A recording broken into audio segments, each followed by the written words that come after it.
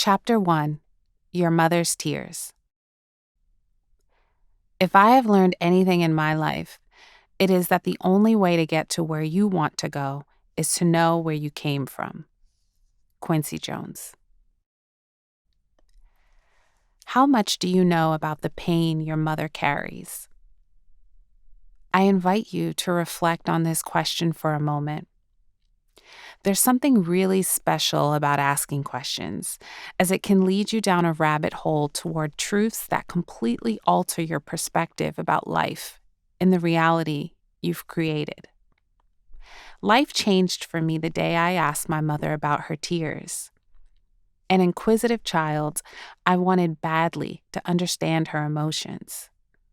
Now, as an adult, focusing inward, I've become determined to turn that childlike curiosity toward myself and understand the triggers behind my tears and the generational sorrows that may influence them. When my mother cries, I see the tears of my ancestors forming a river that flows through time. I feel centuries of pain that turn my mother's expressed emotions into an act that carries more weight than the present moment. In turn, it becomes a spiritual experience marked by the blood, sweat, tears, and energy of those who paved our way. And I don't even think she's aware of it. Our mothers are the maps we need to find our way home.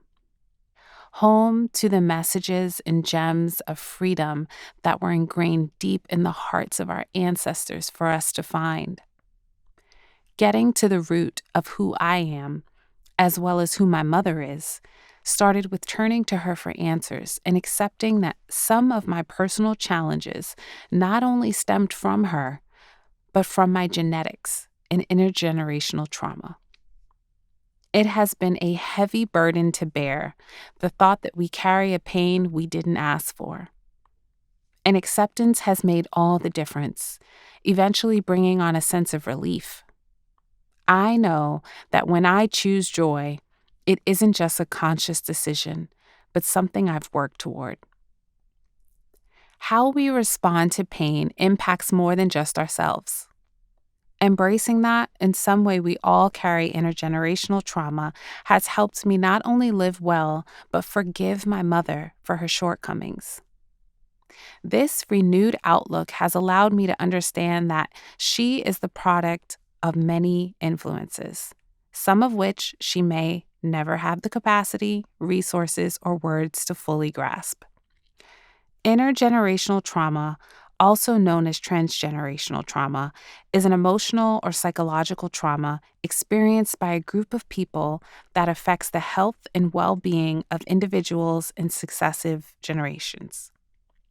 While it manifests differently in everyone, impacted generations will often show signs and symptoms like depersonalization, emotional numbness, depression, and anxiety, blemished life skills, a lack of self-worth, and post-traumatic stress. This is one of the many reasons I aim to not only heal myself, but my entire bloodline, to repair the past, the present, and even the future. And now I'd like to share a quote, and the source is unknown. Some people cannot be cured, but everyone can heal. My journey toward uncovering my family history began with a simple conversation. While direct and intimate communication with my loved ones has always been afforded to me throughout my life, I admit that I do not come from a family that often talks about healing modalities, mental health, or coping techniques in particular. We never held space to share our wellness tips or address our childhood traumas. So as an adult, it's taken discomfort and a lot of bravery to break that cycle. Using my approach to the Precious Dreams Foundation as inspiration, I've centered my nonprofit's mission on the very themes that champion the cause of wellness each day. And while it took me some time, I'm finally at a place where I'm ready to bring that mission home. To create lasting change, one that would have a ripple effect on future generations, I decided to speak to the woman God used as a vessel to bring me into this world. The woman responsible for my life, From a young age, I've always felt that I've represented the fullest realization of my mother's bravest intentions. I was empowered to be the better version of her, and that was the legacy she aimed to leave in raising me. Through her prideful eyes, I've always felt as though I had the ability to articulate the thoughts she would often shy away from speaking. One Sunday afternoon, I called my mother and asked if she could answer some questions for me. Wasting no time, I asked, "Ma, do you think one of your parents had a mental disorder?" Her contemplative response, "That's a good question," was followed by a long pause. It soon became evident that while she didn't have an exact answer, she held certain suspicions. My mother had never thought to ask her own parents such a personal question. This realization struck me deeply and highlighted the contrast between my mother's openness with me and her reluctance to do the same with her own parents. My mother confided in a pensive tone, "I never asked my parents about mental health. Growing up, my parents just didn't discuss their past. I could see challenges in my dad through different behavioral episodes, but I would just try to calm him down. I wouldn't ask questions. My mother was incredibly stern, so I learned early on not to question or ask too much, especially when she seemed stressed. I wanted to break that communication barrier with my own kids. I wanted you to know that you could come to me about anything. Reflecting on it now, I think she handled her stress through drinking and smoking. She was a chain smoker. So for her, that was how she self-medicated." Angie. My mother, Angie, is the only person in my immediate family who will stay to the end of a difficult conversation to answer all of my toughest questions. Even if she only engages in these type of conversations when I initiate the dialogue, she remains present despite her discomfort. Broadening my understanding of myself required me to educate myself on my mother's history. To do so, I began calling her more frequently to connect. You see, my mother lives in Florida, and I reside in New York, so I only see her once a year. But that doesn't get in the way of our calls. Sundays allow us to spend the most time in conversation together, so we started referring to these talks as Soul Sundays. Through these calls, we engage in a deeper conversation with the understanding that they are a great benefit to both of us. Before embarking on this journey, my knowledge about my maternal grandfather was extremely limited. I knew he was from Spanish Harlem. Everybody called him Pete, and he dropped out of school in second grade. I was told he had a way with words, but ironically, had never learned to read or write. Now, in his 80s and coping with dementia, he brings it up every time there's an awkward moment of silence, ensuring that I know his education journey ended before the age of 7. With a playful, tender grin, he lovingly reminds me, "You know your grandfather can't read, right, baby?" And to that I reply, "Yes, Grandpa, I know." Grandpa Pete never shares more of his story, and likely cannot now with his condition. So that's what we've all taken for fact. However, when my mother was a child, he shared with her that his motivation for abandoning his education was to earn more money to help his single mother put food on the table. Now, he imparts sentiments of sorrow and leaves it for everyone to interpret as they choose. I've always wanted to tell him that it's not too late to learn to read or write. But honestly, up until I started writing this book, I too was guilty of believing that he would never be afforded the opportunity. While writing this book, my Soul Sunday calls with my mother grew to include more frequent conversations where I was able to ask for her assistance in gathering information about her father's childhood, something she never felt encouraged to do before. While my grandfather currently lives in a nursing home, his wife, a vibrant woman in her 90s, is still sharp enough to recall more family history than most of the family in my generation combined. I asked my mother if she could find out what part of Harlem he grew up in and where his mother was born. In a single phone call to her stepmother, she learned more than she ever had about a man she's known her entire life. The first shocker, for me, was the revelation that her father's name wasn't actually Pete. "Your grandfather couldn't learn," my mother said as soon as I answered the phone one Sunday. "The school told him he wasn't capable of learning, and they sent him to a mental institution where he was institutionalized with adults." I could tell she was in complete shock, and everything she shared after that was a blur for me. At that moment, my mind raced to my circle of friends and their healthy, capable children who have been diagnosed with ADHD, ODD, dyslexia, and autism. But then I thought about myself. I was the first in my family to be evaluated for and diagnosed with ADHD. In today's more progressive climate, although there's still a lot of room for improvement, we're able to understand the unique workings of our children's minds on a much deeper level. Yet, a shadow of sadness ultimately grew to become anger as I imagined life in the 1930s, where any child would be sent away because they lacked neurotypical learning abilities.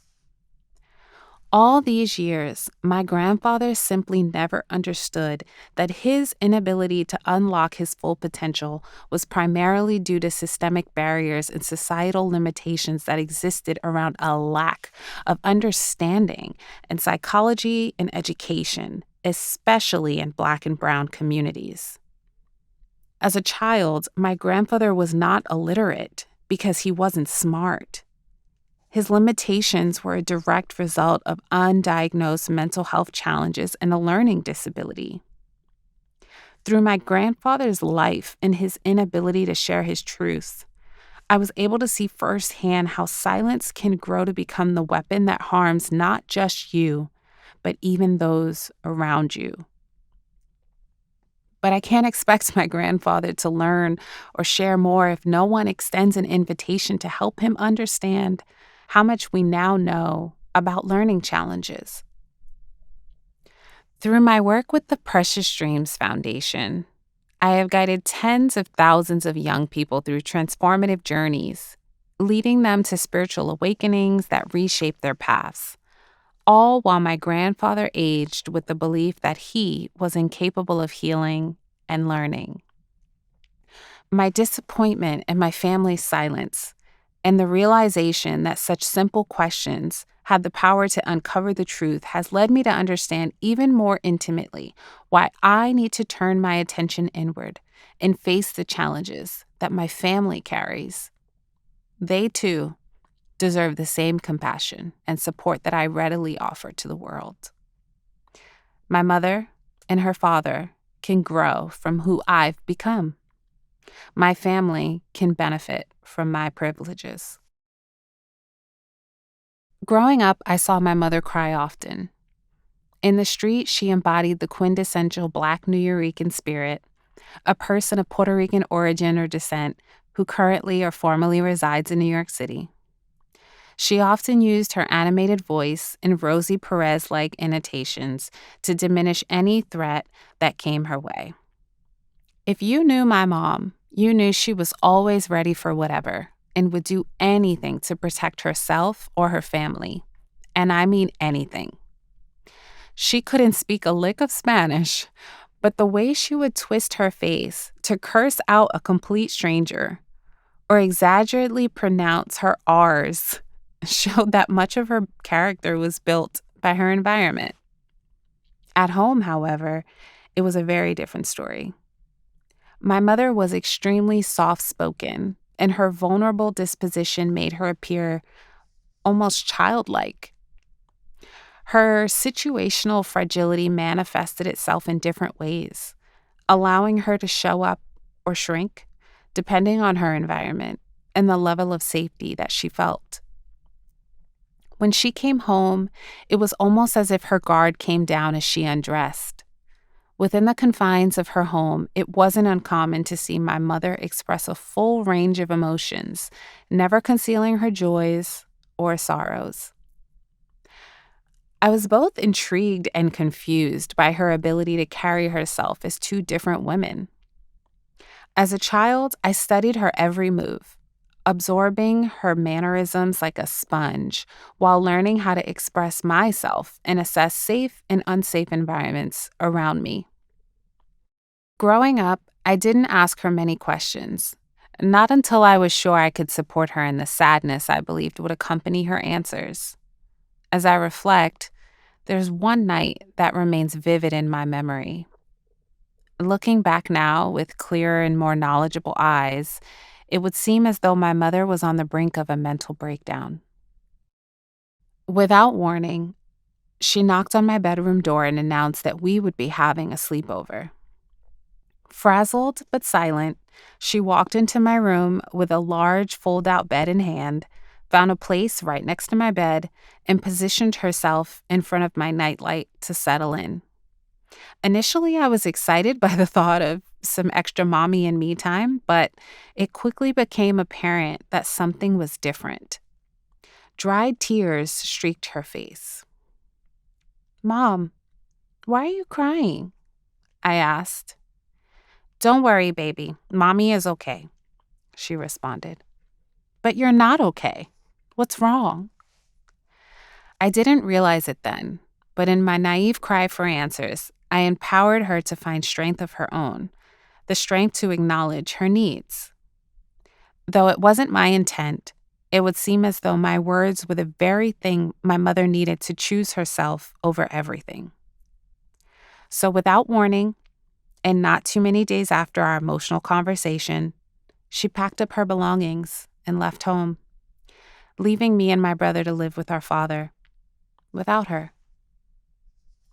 This painful memory remains crystal clear in my reflections, as it left me grappling with the profound complexities of love, loss, and a broken home. It was a life-changing moment that reshaped the dynamics of our family and set me on a path towards self-comfort as I navigated my own sadness alone.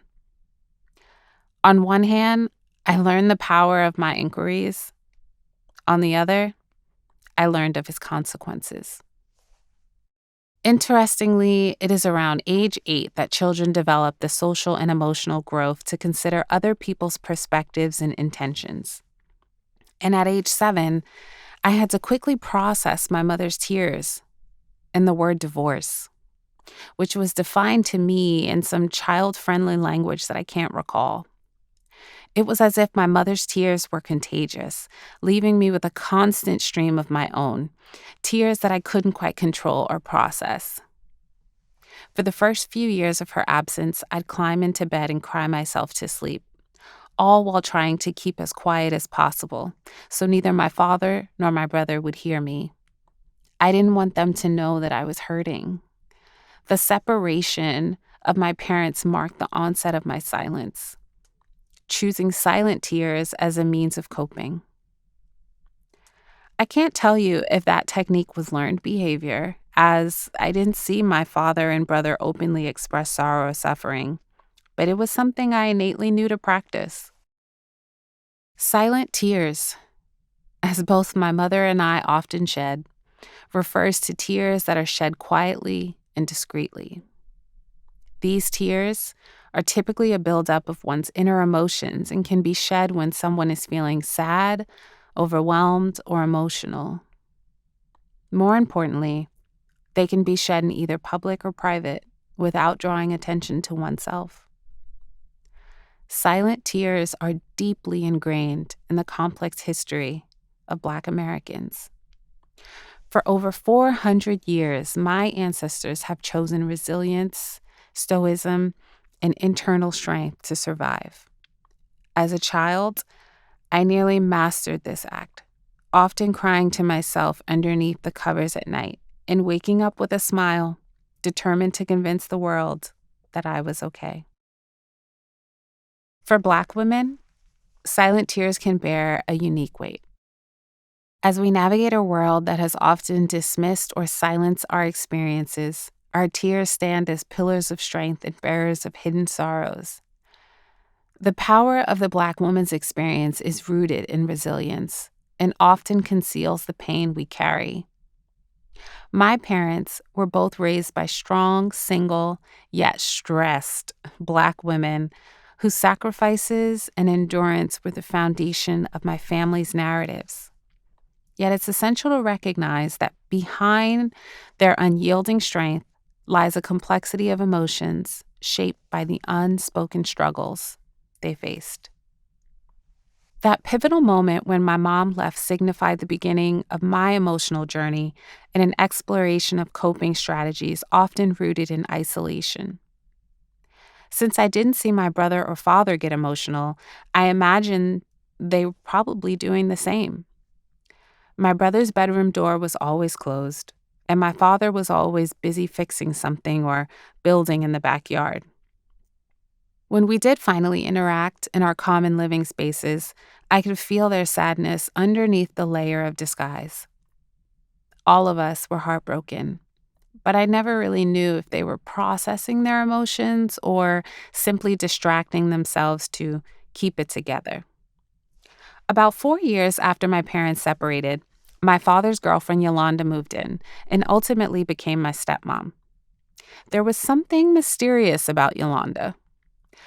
Not that she was secretive, but she rarely shared unless I asked. I was curious and eager to connect with her, so my questions for her were never ending. And for some reason, whenever she told stories, I always asked, "Did they cry?" With an arched eyebrow and a hint of criticism, she always say, "You love when people cry." While I'm still unpacking this in therapy, I know my love for tears had to do with my desire to see people beneath the surface. It didn't matter if the tears were on the television from a complete stranger or from Yolanda. There was just something about people expressing their true emotions that pulled at my heartstrings. No matter where they stemmed from, I saw tears as an invitation to further my connections and relationships with those around me. After my mother left, I found myself hungry for vulnerability, and I often ate up the slightest bit of expressed emotion like it was my last meal. I found comfort in the familiarity of tears. In Beloved, one of my favorite books by Toni Morrison, she skillfully explores how both Black men and women navigate their memories and the ways in which they're often impacted by the lingering effects of slavery. Set shortly after the Civil War, one passage illustrates the unspoken pain that my people carry even today. Morrison writes, "Saying more might push them both to a place they couldn't get back from. He would keep the rest where it belonged, and that tobacco tin buried in his chest where a red heart used to be. Its lid rusted shut." Here, the characters opt to internalize their trauma to shield themselves from the things they wish not to face. Morrison's intimate exploration provided the means for people to understand how wishing the pain away with silence was a strategy that saved people, my people, from the fear of change. Generation after generation, this action in turn numbed the people around me.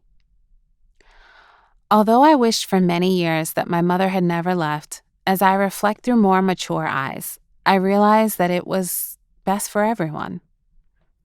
My love for my mother manifests itself in the way I continue to encourage her to protect her fragility. My desire is to see her heal and find an escape from the fight or flight energies she exuded almost daily, behaviors that likely shaped me into the person I am today. With my mom, I am always advising. And that's just the role I took on, I guess, since I was age 7. With this in mind, I approach each day with a balance of open-mindedness, mental stamina, and strategy. That is what it has taken for me to have tough conversations with loved ones. While every conversation hasn't led to revelations, my familial relationships have become much easier to navigate. Still, working towards initiating these conversations can feel like an uphill battle. Suffering and silence. Suffering and silence is so deeply woven into Black American culture that even today, we continue to sing about silent tears with pride. Our pain, our suffering, and our struggles are both documented and used in inspiration in our work. Lift Every Voice and Sing, also known as the Black National Anthem, was created in 1900 as a hymn to celebrate African American resilience and progress, and to serve as a symbol of unity and hope during a time of racial segregation and discrimination in the United States. The poem turned song became an anthem for the continued civil rights movement, and it stands as an important expression of pride, perseverance, and unity within the Black community. In this song, you can feel our reality. God of our weary years, God of our silent tears, Thou who has brought us thus far on the way, Thou who has by Thy might led us into the light, keep us forever in the path, we pray. If you look closer at your fellow humans and listen more intently to what they say, you'll notice that people all around us are suffering and experiencing increased instances of mental distress. However, suffering without words causes people to miss out on the chance for interventions and solutions for very serious issues like abuse, domestic violence, addiction, or other adversities. Holding our suffering inside of us keeps us from healing, and that is why we all must share more. How well can you articulate the impact of both your personal suffering and triumphs? How familiar are your loved ones with the person you've become and the art you've created, even if a mess, with your life as a result of your experiences? Despite frequent interactions, it's not uncommon to feel a sense of estrangement, even in familiar company. I once went to a At Your Service retreat in Amelia, New York, with a clothing brand and 50-plus strangers. On the first night, we did a reflective journaling prompt titled, "If You Really Knew Me, You'd Know." We kept the responses anonymous, but the host read the entries aloud, so that we could recognize just how much we relate to one another. It gave everyone permission to go as deep as they wanted, and we all leaned into the responsibility of safeguarding those truths, even if it meant processing unwanted revelations about ourselves. The prompt and experience opened up the door for us to choose to be familiar with one another, not only in that space, but in the days to come. I remember thinking, if I can do this in a room full of strangers, how come I can't do this at home? In 2012, my mother and I founded the Precious Dreams Foundation. To date, we've supported over 25,000 young people with direct mental health and support services to aid in their transition both in and out of state care. It's always a challenge to convince each child that we are well-intentioned and trauma-informed certified professionals who genuinely care and want to see them succeed. We often encounter youth who, out of protective instinct, guard their pain and insecurities, fearing that revealing them will arm others with the means to exploit them further. It requires time and patience to help them understand that some people care, and we are sent like messengers to do the work of God. To support ourselves, our community, and our loved ones, we must spark meaningful conversations and lean in. We must give ourselves permission to be vulnerable and reveal our truths to heal the fractures in our full body, mind, and spirit, and set ourselves and our families free. We must practice telling people how we're truly doing and requesting space to share with those who give us comfort. Having little to no social support is a predominant risk factor for developed thoughts of self-harm, especially amongst young people. No one should navigate these types of experiences alone, but we must be willing to honor our needs before we can understand how others can properly support us. Generational silence's effect on mental well-being. Most people navigate the world holding their words within them, often with the belief that they're taking the easier route. What they fail to realize is that unexpressed emotions and suppressed thoughts can physically manifest into our bodies and compromise our well-being over time. This is why learning emotional regulation skills and preventing emotional avoidance is so important. Remaining silent about issues that impact us and our families has pushed many individuals to the brink of mental distress, which is a leading cause of mental health disorders like depression, anxiety, post-traumatic stress disorder, and dissociative disorders. Think back to a time when you remained silent about an injustice or issue that directly affected you. Did you experience any of the following signs? Exaggerated responses to small issues, a lump or choking sensation in the throat, dissociative mental states, muscle tension or tightness, joint or body pains with no apparent known cause, addiction to drugs, alcohol, or other harmful behaviors, an inability to cry. The human body is remarkable and has the ability to persevere through many of life's challenges, but this resilience doesn't come without consequence. We all harbor unresolved emotions to a varying degree, but in using self-acceptance and self-compassion as our guide, we can begin to navigate both negative and positive emotions, no matter how uncomfortable they make us feel, knowing that it is in our discomfort that our life forms more meaning. Our ability to process our emotional responses to any given situation is an essential skill that we're not often taught or shown how to embrace at home. It's also worth mentioning that this skill is one that comes easier for some than others. If you're atypically brained, like my mother, it can take more effort to process emotions. Being atypical usually refers to individuals who are highly sensitive, creative, or neurodivergent, such as those with ADHD, autism spectrum disorder, dyslexia, and other non-neurotypical conditions. According to clinical psychologist Joel Nigg, neurodivergent people can experience challenges with emotional dysregulation, which causes them to experience greater difficulty when responding to the intensity of their emotional responses. When this is the case, it might feel easier to suppress or improperly process those emotions. Thought stopping, which is the process of trying to block out negative or unwanted thoughts, and emotional suppression, which is the conscious or subconscious act of withholding one's feelings, are two common coping strategies that typically cause individuals to inadvertently relive traumatic experiences or suffer from the effects of suppressed emotions.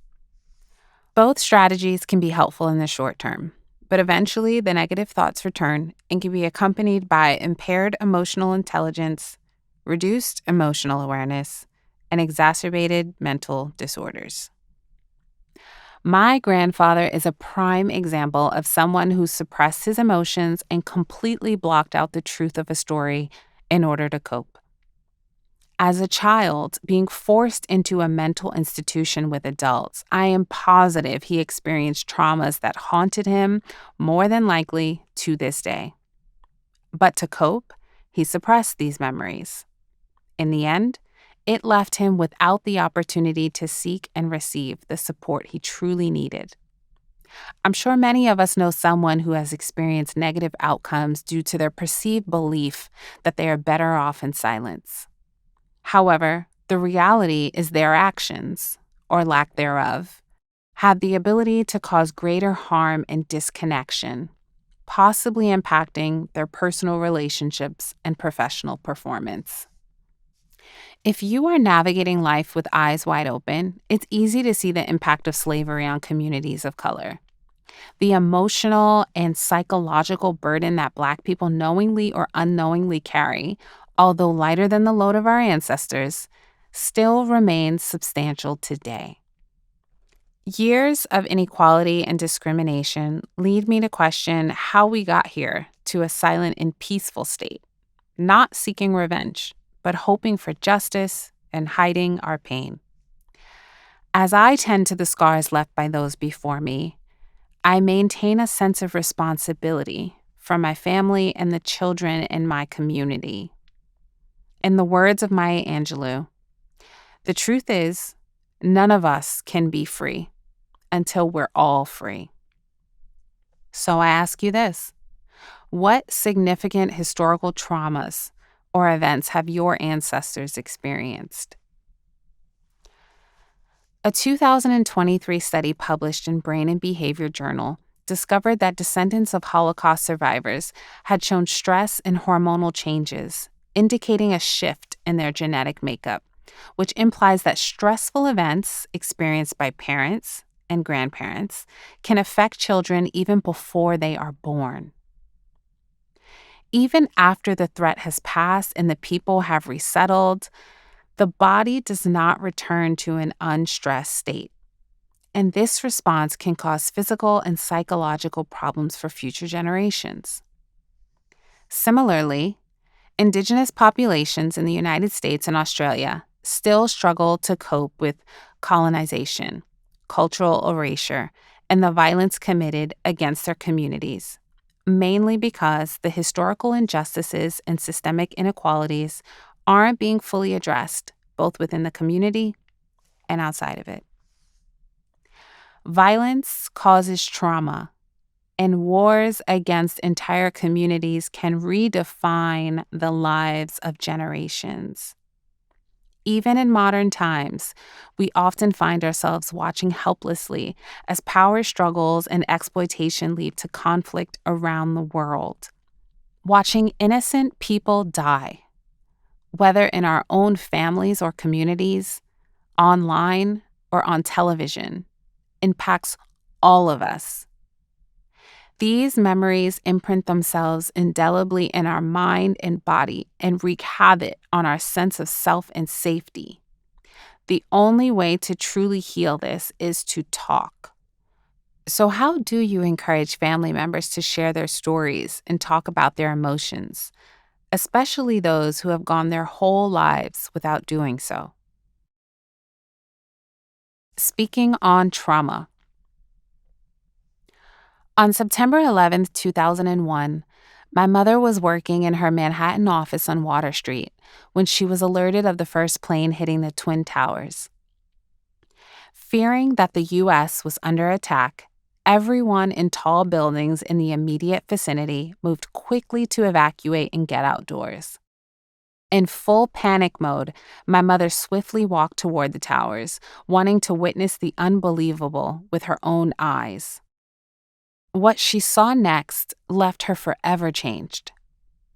Standing there, eyes fixated on the sky, the second plane made impact with the South Tower of the World Trade Center.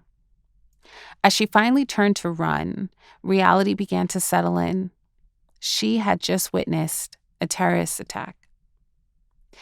Coming from Harlem, my mother constantly witnessed violence growing up, but none of those traumatic situations compared to what she saw in the few minutes she spent evacuating her office that day. As tragedy erupted all around her, my mother, without any GPS or navigation instructions, found herself running alongside waves of people, their feet pounding the asphalt toward the Brooklyn Bridge. She recalls the bridge being so packed that it swayed from left to right, and the fear set in that she might not make it home. My mother vividly recalls the lasting emotional impact of witnessing people leap from the Twin Towers in a last effort to save themselves. September 11th, the day she marks as the worst day of her life. changed the lives of many. But my mother, although privileged to be alive, was left with a version of herself that my family and I struggled to recognize. After 9/11, my mother was diagnosed with anxiety.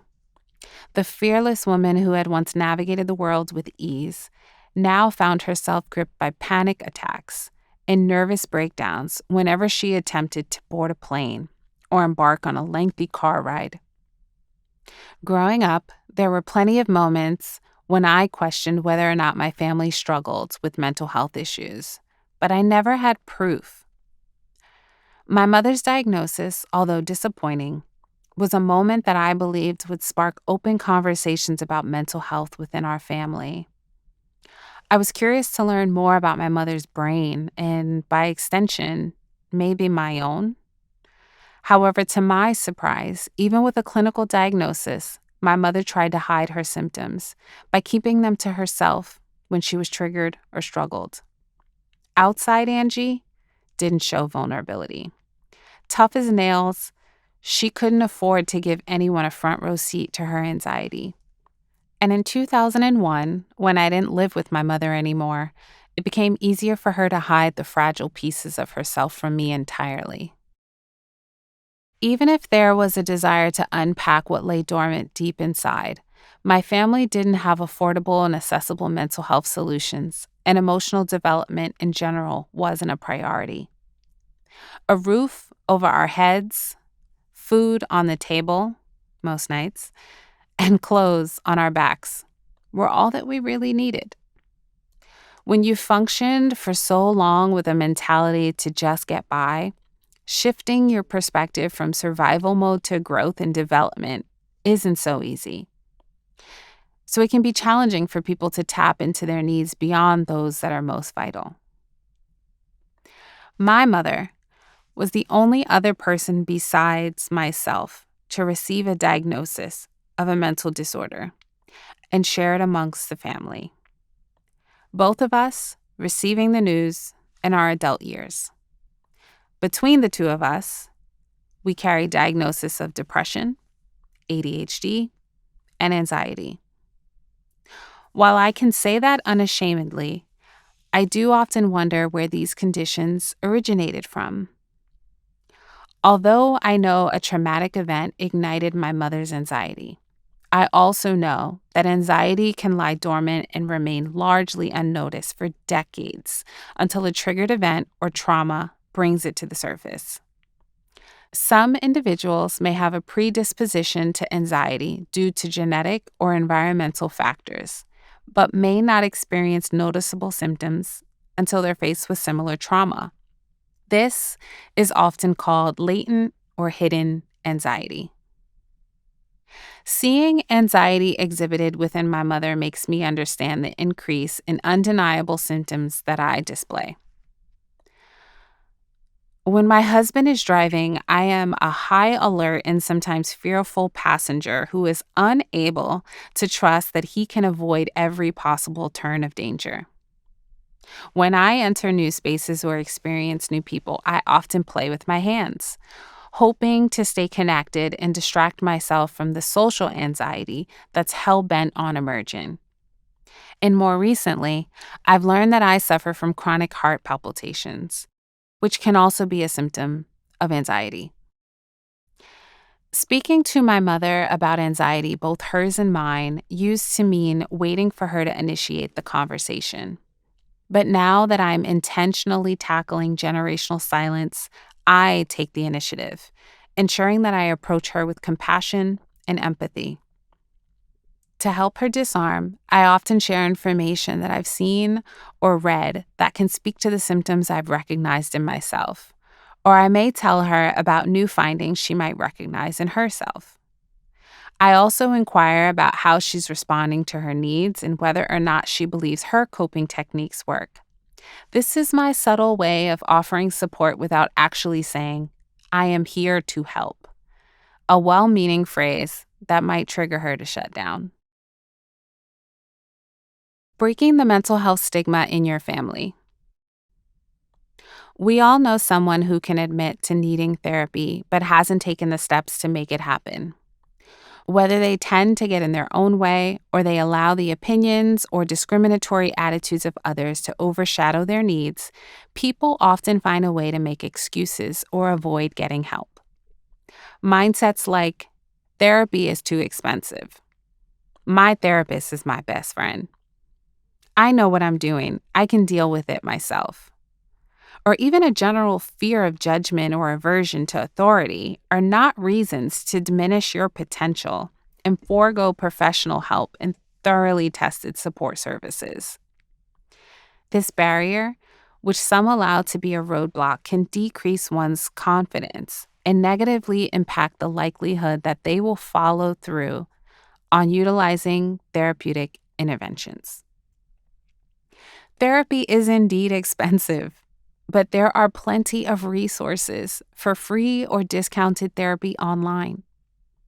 I recently received free therapy through Taraji P. Henson's organization, the Boris Lawrence Henson Foundation, after searching for sponsored therapy programs and filling out a 10-minute online application. Some states, like New Jersey and California, offer partnerships that provide free counseling to students. And there are many nonprofits that exist solely to give communities access to mental health services. Investing time in research can help you discover programs you weren't aware of. If you want help, you can find it, despite the difficulties in obtaining it. When people approach a roadblock, there are a few ways they're likely to respond. Some simply turn around and return to their starting point, believing that the trip was not meant to be taken. Some will look for another option or route, even if it extends the trip. And then others will still try to push through before looking for alternate options as a backup. Life always gives us options, even with stigmas involved. To break any type of stigma and overcome roadblocks, you must evaluate how you are approaching each situation and whether or not you are truly determined to do what's best for you, despite the difficulty. In many communities, seeking mental health care has been perceived as a sign of weakness rather than the courageous act that it truly is. Families can fear the embarrassment or shame in admitting that there are cracks within the foundation. Particularly in Black communities, there's a deep-rooted survivalist attitude that we have everything we need. Historically, this mentality is birthed from the idea that we've endured so much and overcome without outside support, and we will be all right, despite what life may bring.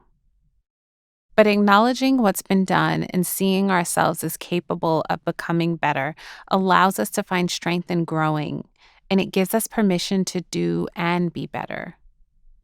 You have the ability to empower your family to face their mental health support roadblocks. In everyday conversation, you can share healing techniques, which I'll soon list, with your loved ones and ask if they are familiar with them and if they've considered trying them.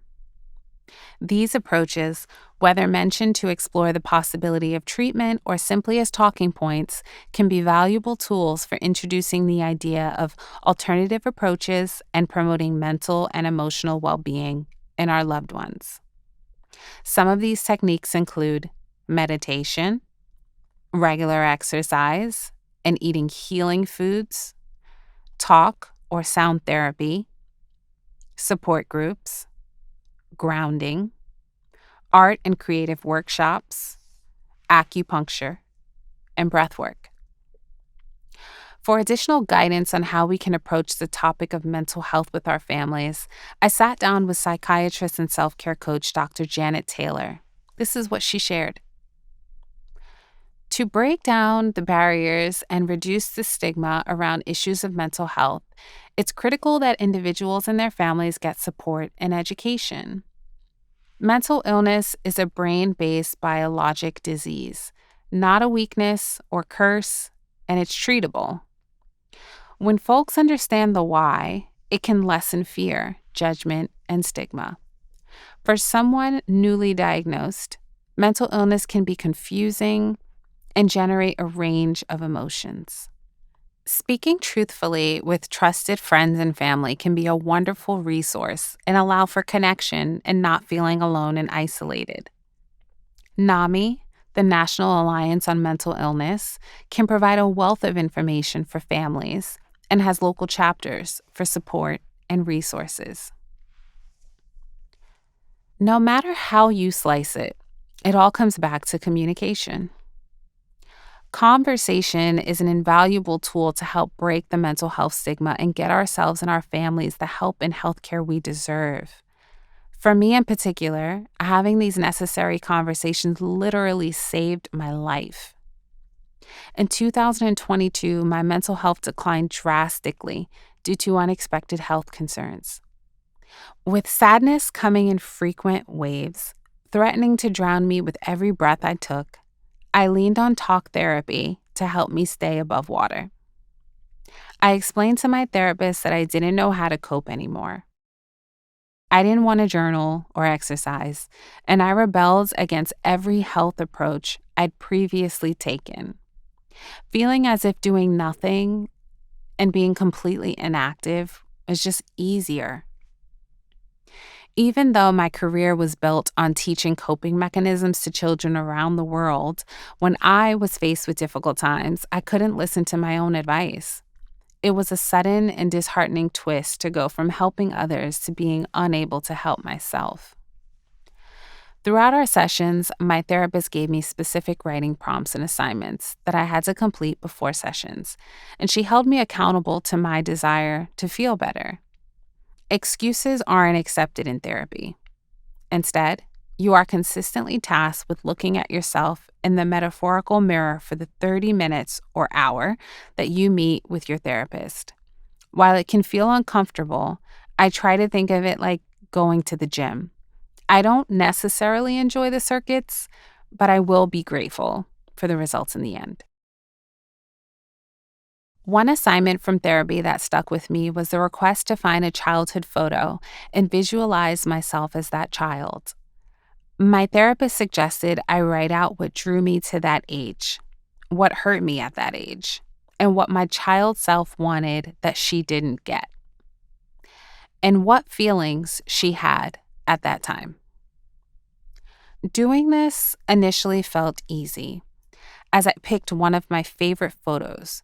But as I went through the questions, I realized I had only been focusing on the moment that the image was captured and not the time frame it was taken in.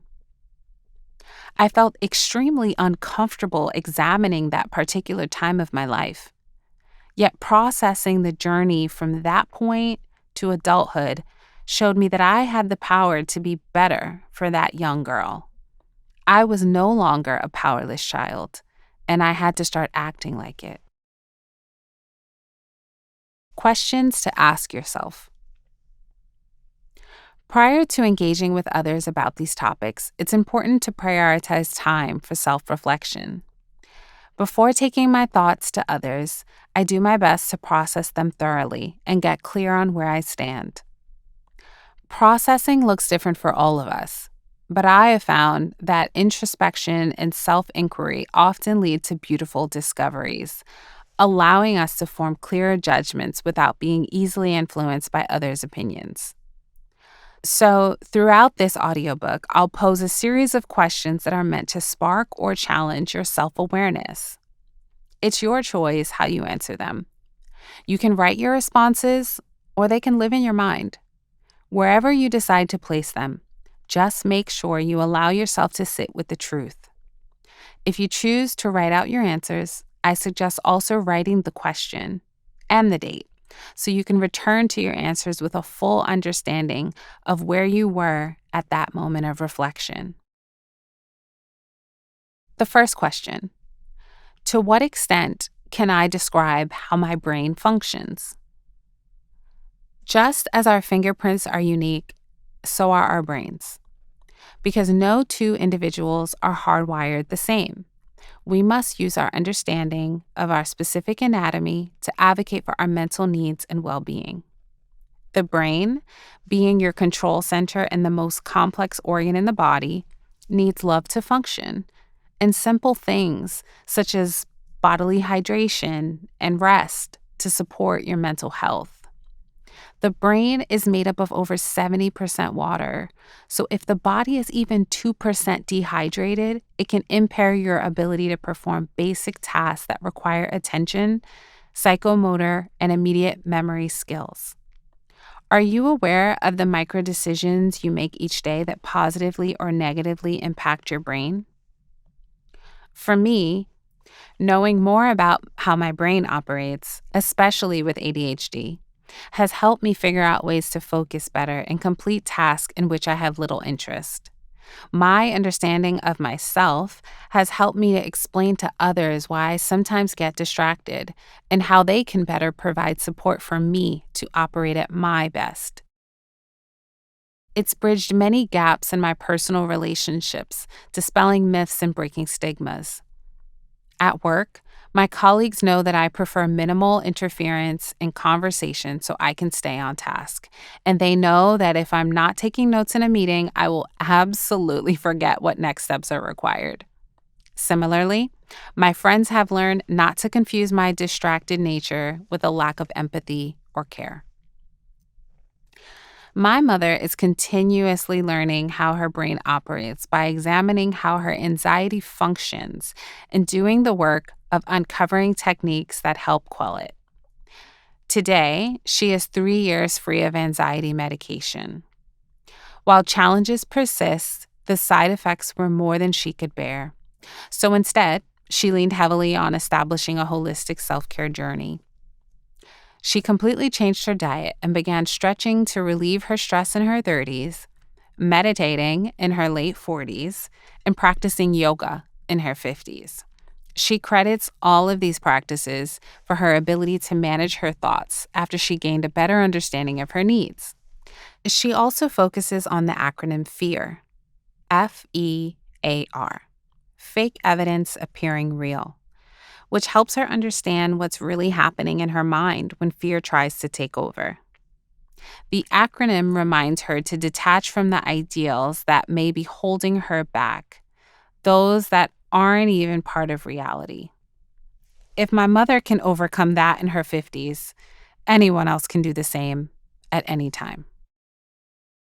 The second question, do I find myself self-medicating to cope? In the 1980s, when antidepressants hit the market, alcohol use declined. This statistic reveals the truth that many people had been using alcohol to cope with symptoms of depression, but it also highlights the reality that self-medicating has the ability to make mental health issues worse. Drugs, including alcohol, provide very temporary relief, tricking people into thinking that they have control as long as they have access to the thing that gives them a high or relief. But in reality, their issues are taking a temporary backseat. And many times, when those negative thoughts or feelings return, they hit even harder than before, leading to yet another round of self-medication. I grew up observing how people struggle with drug and alcohol abuse, watching as my family members fell more and more dependent on the drugs each day to maintain some semblance of sanity. It's painful to watch, and even more painful to feel like drugs are your only option for peace of mind. When someone decides to stop drinking alcohol, they often face questions like, "What's wrong?" Or, "Is everything okay?" When in reality, the questioning should happen in reverse, asking those who indulge in chemical components that impair cognitive and motor functions if they are indeed in need of support. The harmful use of substances has multiple direct effects on adolescents and adults alike. The likelihood of unemployment, physical health problems, dysfunctional social relationships, suicidal tendencies, mental illness, and lower life expectancy is increased with substance use, even more so in adolescence. In the most serious cases, harmful use of drugs can lead to a cycle in which one's damaged socioeconomic standing and inability to develop relationships ends up feeding the substance use even further. Self-medicating to cope is an easy trap to fall into, and because of the negative stigma that's associated with it, people are often hesitant to acknowledge their truths. And since self-medicating tends to become a normal part of everyday life, it can be hard to recognize when it's happening. Here are a few signs that you or someone you know may be self-medicating to cope with life. And I've included some questions you or they can consider for each one. Number 1. Turning to alcohol or drugs when you're feeling anxious, depressed, or overwhelmed. The question that you could consider asking: am I running from my problems today? Number 2. If you're feeling the need for something stronger to feel relief over time. If it used to take 1 glass of wine to feel relief, but now it takes 3 or 4 glasses, you may be building an unhealthy dependence and/or addiction. A question to consider: am I drinking or using drugs so it can numb my emotions or thoughts? Number 3. Isolating from others and developing a preference to drink or use drugs alone. Question to consider: by isolating, am I trying to prevent people from seeing my struggles or dependence? If so, why? Number 4. The idea of not having drugs or alcohol is stressful. If you find yourself avoiding social settings or situations where substances won't be available, you may be becoming reliant upon those substances. A question that you should consider: is this social setting a place where I can find enjoyment, even if drugs and alcohol aren't present? Number 5. Loved ones express concerns about your substance use. Question to consider: is there some truth to their concerns? Number 6. Your school and/or work performance is negatively impacted and you find yourself making excuses for incomplete tasks or missing work altogether. A question to consider: how could losing my scholarship or source of income impact my life and the lives of those around me? If any of these signs of self-medication feel relatable to you and/or you are not content with your responses, I encourage you to seek professional support without delay or reach out to a loved one for help. Become okay with admitting your shortcomings so you can receive the support you need and deserve. This level of introspection is not about judging yourself harshly. Rather, it's about loving yourself so much that the idea of numbing your pain begins to feel like self-harm and a turnoff. Instead, opt for real, long-lasting relief, which a certified coach, therapist, or substance abuse treatment center can provide. The third question: what barriers prevent me from speaking to my family about mental health? Facing your mental health challenges head-on requires that you acknowledge your need for support in order to take back your life. It is not a sign of weakness to ask for help. In fact, it takes courage and bravery to step outside of your comfort zone in pursuit of a clearer heart and mind. Dr. Taylor shared with me in conversation: if you have tried to talk about your mental health, first, congratulate yourself on the effort. Resistance from family members may come from their own denial or guilt and should not stop you from engaging in conversation.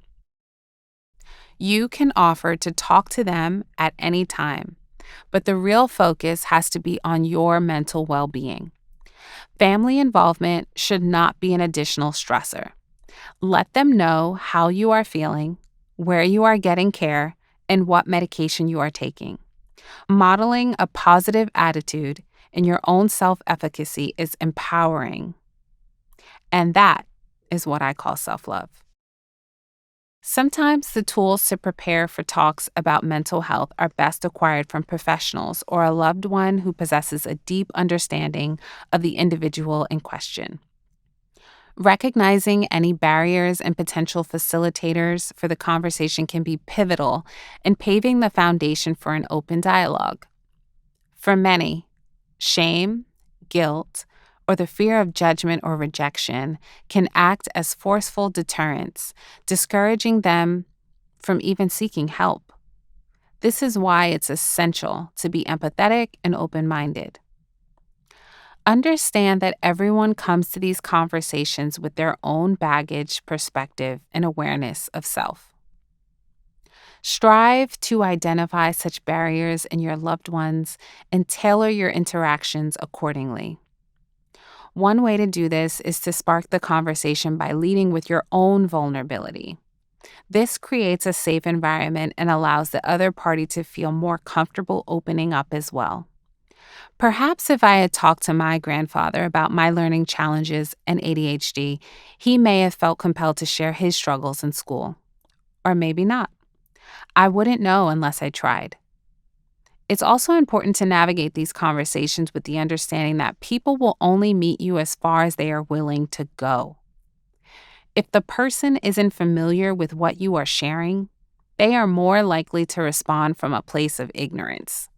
This is not necessarily a bad thing, but it could mean they need a little more education before you can engage in a meaningful conversation with them. So here's the chapter's healer's recap.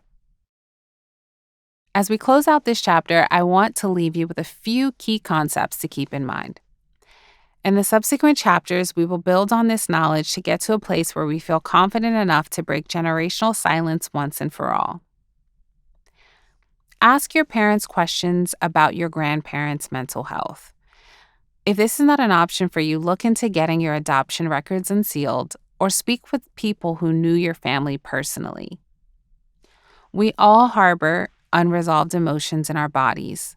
It's important we address them so they don't manifest in our behaviors.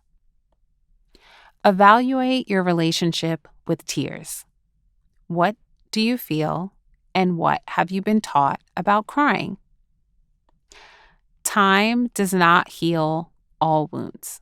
Sometimes the wounds that are left unhealed are passed to the next generation. The long-term negative impacts of thought stopping and emotional suppression outweigh the temporary satisfaction of distracting yourself from the experience. Recognize when fear is fake evidence appearing real. Then try to reframe your thoughts based on what's actually real. Learn, love, and invest in your brain to improve your mental well-being. And finally, resistance from family members may come from their own denial or guilt and should not stop you from engaging in conversation.